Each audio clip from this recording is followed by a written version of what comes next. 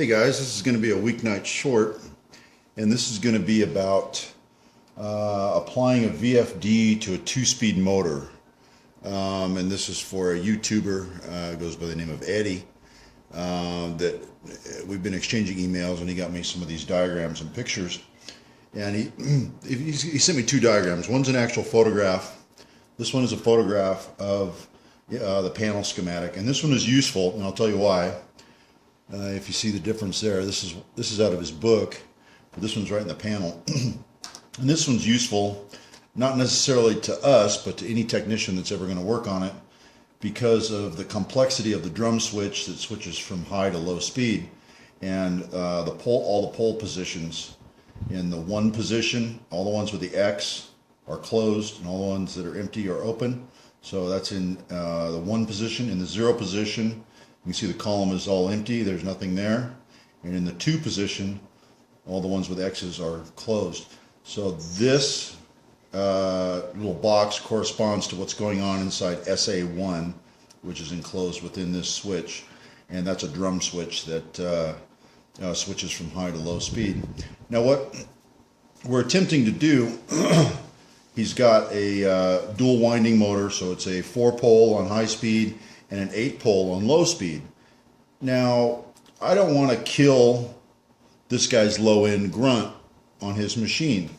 And by simply hardwiring it straight to the high winding and ignoring the low winding and then just VFDing it down, I can't make up for that. There's no way you're going to replace what an 8-pole motor is capable of as far as low-end grunt, your low-end sometimes you need, if you're doing some heavy threading on some big shafts or some heavy cuts, or not usually very high speed. So he doesn't want to lose the low speed on his machine, but you know what? He doesn't want to lose top speed either. So we're better off sticking with the dual winding. And this is an interesting diagram. And I'm going to, before I start marking it up, which is what I'm going to do, is I'm going to mark this thing up. I'm going to kind of go over how the machine's set up now. Okay, KM1 and KM2 are your forward and reversing switches, and these are simply motor starter contactors. And let's see, I've got a photograph that he sent me of that somewhere. Here it is. Okay, KM1 and KM2 are these two motor starters right here. So here's your KM1, here's your KM2. He's also got a KA2, which is represented over here. KA2, KA2, and KA2. These are 3 poles here, and he's got a KA2 contactor right here. Now this is a reverse interlock. They're interlocking these two, so at no time can both contactors be in at the same time. So it's an electrical interlock. There's 2 types of reversing contactors. One's a mechanical interlock and one is an electrical interlock. This is an electrical interlock. So these two and this one over here on the side, the KA2, this is the interlocking contactor, and these are the power contactors that pass the power through it. So KM1, KM2, and KA2. KA1 that you see here is simply a coolant motor, and that's expressed right here. KA1 overload, and the coolant pump itself. So that's the power wiring for that. But this is what we're concentrating on here. So a lot of this control is going to go away, because we're going to be putting a VFD in place of the motor starters. Now that I've shown you this little part, this diagram I think is going to photograph a lot easier, and I think I can get you down a little closer. Let me tilt the camera around here.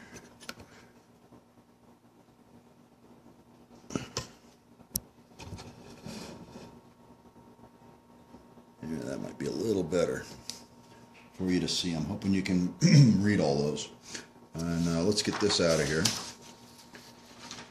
And I'm going to start with a blue pen here, and kind of go over what we're going to be deleting. Let's get rid of some stuff first before we start adding stuff. Okay, so KM1 and KM2 are going away. This motor starter pair are going away. FR is an overload relay. The FR1 relay is right here below it. This is an overload block that's attached directly to this motor starter. And I can see from this photograph, he's got it set for about 12 amps. It tops out at 13 amp, and that's an 11 amp there. So he's right around 12 amps on his setting right there on his overload. Now what's interesting about this is he's only running a single overload for both motor speeds. So this overload protects it on high and low speed, even though the motor pulls different amperage at the two different speeds, but they're only protecting it on the top end. So I found that to be kind of interesting. So we're going to set our VFD at the high end the same way they did here. So we're actually protecting the motor in the same way the factory was. Okay. Motor starter goes away. FR1 overload block goes away. Our VFD's got that protection in it. Drum switch is going to remain intact. All the motor wiring going to remain intact. Change nothing from here down to the motor. Over on this side over here, a lot of this stuff's going away. The only thing we're going to reuse some of the switch gear. I have he actually sent me a Legend, which was quite nice. The stuff we're going to keep, maybe let's do that in orange, we think. Okay, so we're going to keep the high-low drum switch, and we're going to keep all this motor wiring. We're going to keep SB1, which is the main kill switch. We're going to keep SQ1 and SQ2, which are here and here. The SQ1 is a brake switch. The SQ2 is a door switch, and those are wired in series with each other. Let's see, forward and reverse switch, SQ3 and 4. SQ3 is shown here, and SQ4 is shown here. Oops, and here. Those two there are staying. Alright, so we're keeping those. SA2 is a coolant pump switch, which is going to be here. And he's not going to be using this coolant pump setup anymore because it's three-phase. What he's going to be doing, and I'll do this in, let's do the power wiring in green here. We're only running 2 lines in, so we're running 1 line, 2 lines into the VFD. He's just single-phase connection. He doesn't have 3-phase in his shop, but our VFD is going to generate the 3rd phase, and then he's not even doing anything over to this KA1. He's not going to run a 3-phase coolant pump. He's going to run a standalone little 110 volt, like a little Giant or something. But we still want to power up this transformer. So we're still taking this power all the way over to here and all the way over to here to power up our primary on our 220 volt to 110 volt transformer. Let's see. Okay, so let's get down to the power wiring. So now you've seen everything we're keeping in orange, everything we're removing in blue, and actually if we want to be a little more clear, everything that's not orange over here basically goes away. So that makes things a lot easier, doesn't it? Remove, remove, remove, and this is actually going to simplify this system. So let's move on to this. We're going to just start with just plain old power wiring. As soon as I find my pen. Let's do it this way. VFD. And we'll call this one power.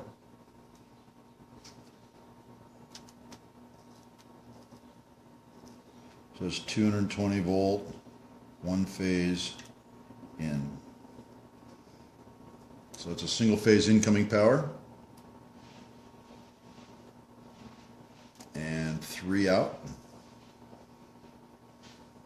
And that's going to go to the, he's got a drum switch. And that is marked, the drum switch positions are 1, 0, 2. So we'll call that a 1, 0, 2 switch. And then there's 3 out. And that runs him off to his motor. And we'll just call that the M1 motor.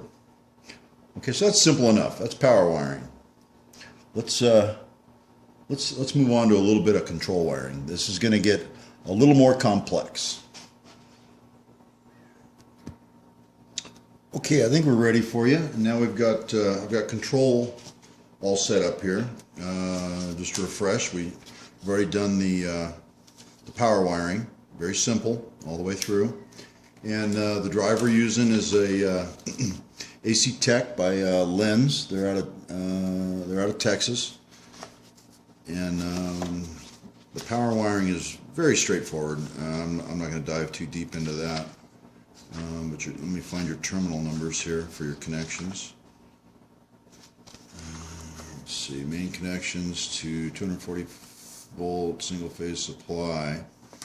PE is your ground, L1 and L2 is your input. Motor connections, U, V, and W are going out to your motor, or in this case out to your drum switch, and then PE is also your earth ground again. Alright, so the power wiring is just a single page, very simple.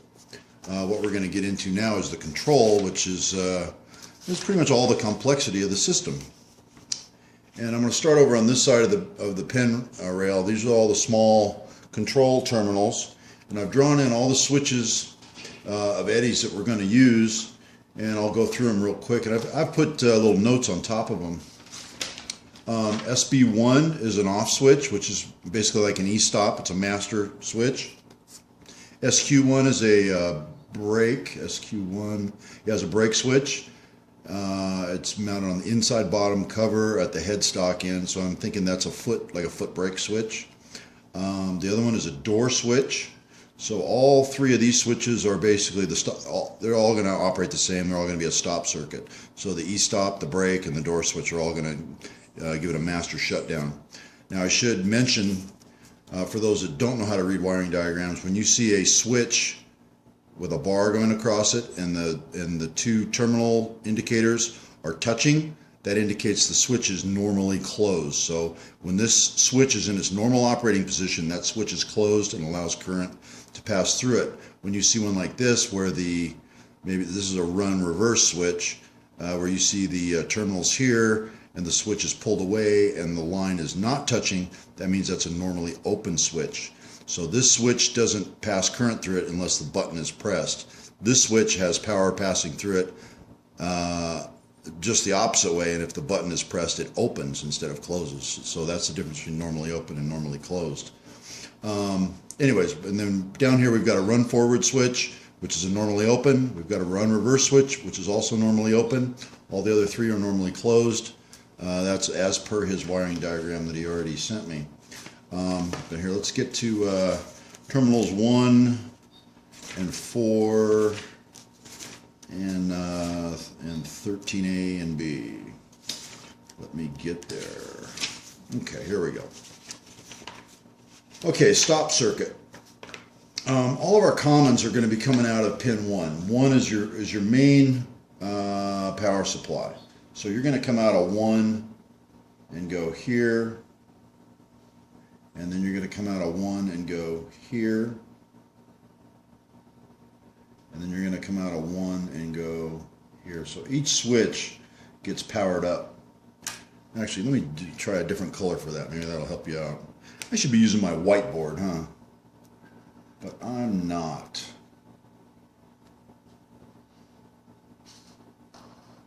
Okay, so each switch, one end of it gets to number 1. And then for our stop circuit, we're going to take all this back to terminal 4. So our stop circuit's going to come through here, here, here, and head on back to 4. Okay?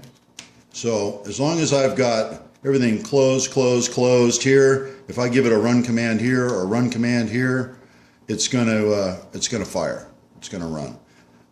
If I've got any one of these three switches open, if my e-stop is open, if my brake switch is open, or my door switch is open, and I hit a run forward, give it a run command forward or reverse, I'm not going to do anything.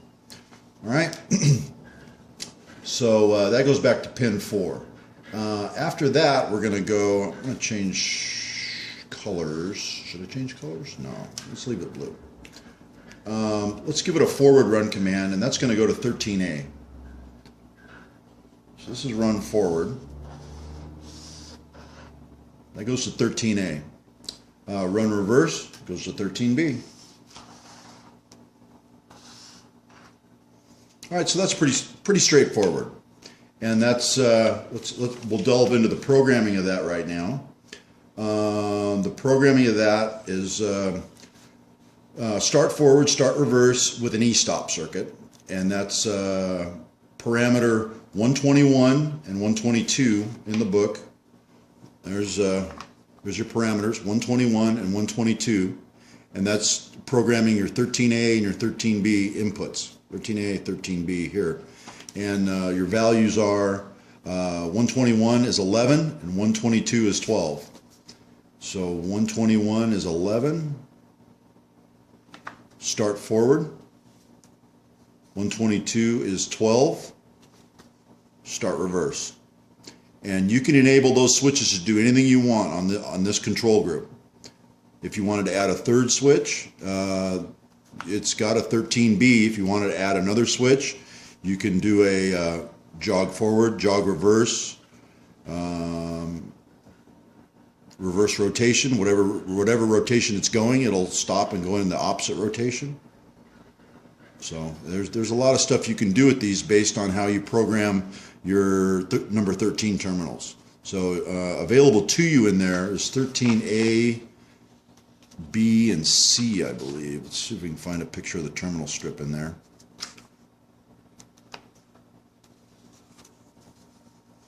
There it is there. This is your control strip, and your run commands are all the 13 buttons. So it's 13A, 13B, and 13C. You can have presets. You can do normally open. You can do normally open switchgear. You can do maintain contact switchgear, or you can do momentary contact switchgear. I'm showing momentary here. So, anyways, now his machine will start in forward, start in reverse.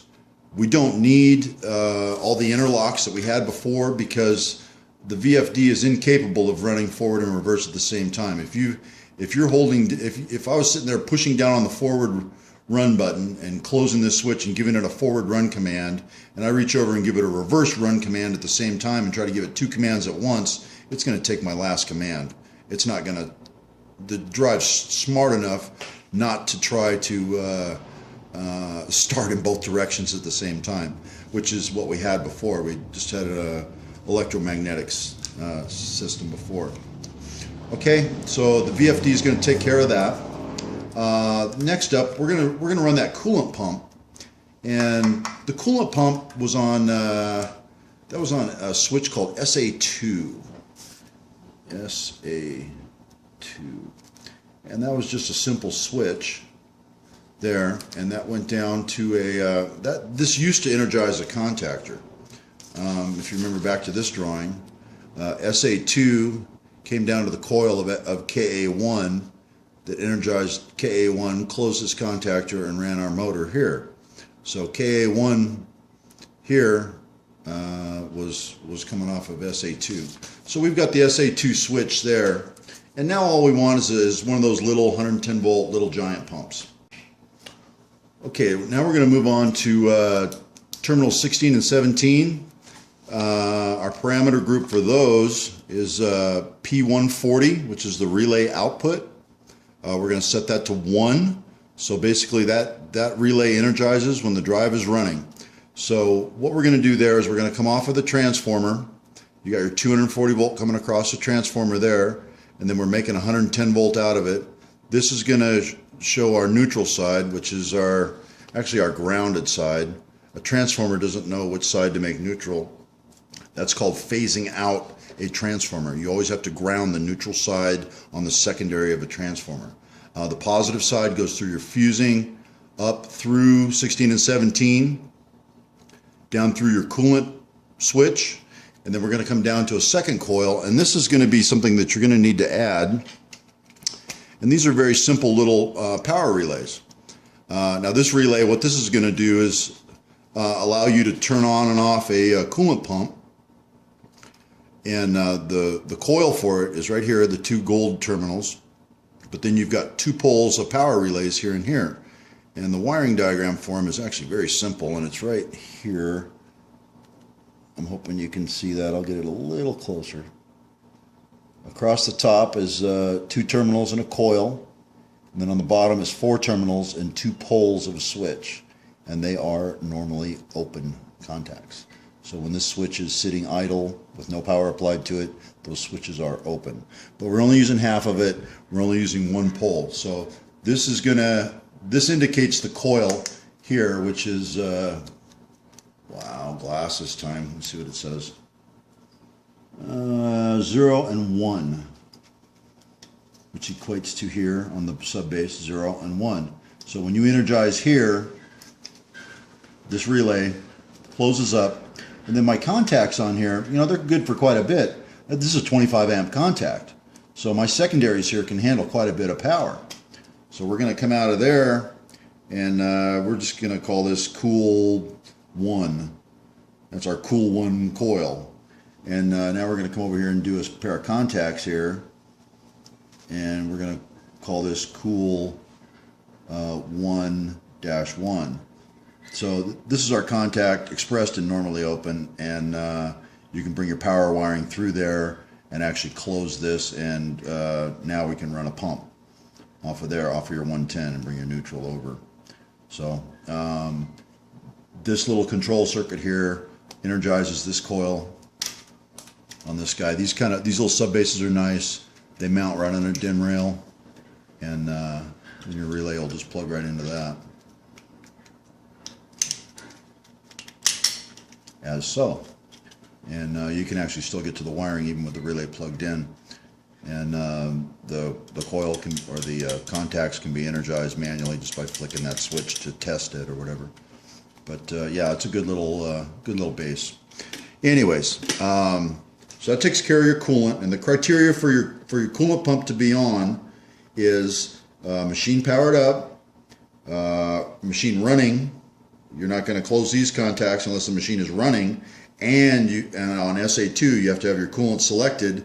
Only then can current pass through, energize the coil of the relay, and close this contact, and there's your 110 volt supply. And this could just be, this just could be a standard plug to put your coolant, to plug your coolant pump into. Recommend that be a GFI if you're using a submerged type pump. But and this would just go off to 110 volt, a wall plug or whatever. But that's a good way to integrate your coolant into your system, where the coolant would automatically shut off if you turn your spindle off, and you've got the option to turn it on or off, or have it run or not run. Okay, the last thing is speed reference. Now we still want a little bit of control on there, and we're going to do that with terminals 2, 5, and 6. And I'm looking for my parameter group right now, bear with me. Standard reference source. We're going to go 0 to 10 volt DC. So this is on P101. And that's equals number 1. So your parameter 101 is your speed reference source, or your standard reference source, and selection 1 is 0 to 10 volt DC. You know, we've got all kinds of other ways to do it. You can do it straight off the keypad on the cover. You can do it, give it a 4 to 20 milliamp signal. We can do preset speeds. You can even hook it up to a network and run it off a computer if you want to. But for this one, we're doing a 0 to 10 volt DC. Now what this is, and I'm going to find your speed pot comment on that. We're going to be running a 10K pot, and that's going to give us a range of 2K to 10K on the pot. It looks like 5 is the wiper, so we'd have a speed. We're going to just put 10K. That's a 10K pot. That's going to have 3 outlets, and it looks like your wiper is on 5, and 6 will be the low, and 2 will be the high. So, and that's, you just need to mount this in a convenient location, and that's a 10K pot that's going to give you some speed source. Run the motor as high as you can. During your, during normal operation, always try to spin the motor up as high as you can. If you have overlapping RPMs, always take it down to the low speed and run the motor at the higher speed pot settings to get as much torque out of it as you can, rather than selecting a, maybe the high gear speed and then just cranking the pot all the way down. You're always going to get better performance out of a motor that's spun up properly and to speed. So I hope this helped you out, and I hope this wasn't too confusing. I've gone through control and parameter groups. Again, that was a SM vector control from Lens. Your motor that you're using is a 3.2 horsepower. So I think, you know what, you need to go a little overboard, a little over the 3 horse. I think you can probably get a 5 horse unit that'll still take a single phase input, and that'll help you out a lot. And Eddie, if you're having trouble with any of these controls, or you need some of these additional pieces, I can send them to you. If you need that little control set up there, that's a neat little power relay for you, for if you need to hook up a coolant pump or any other auxiliary for that matter.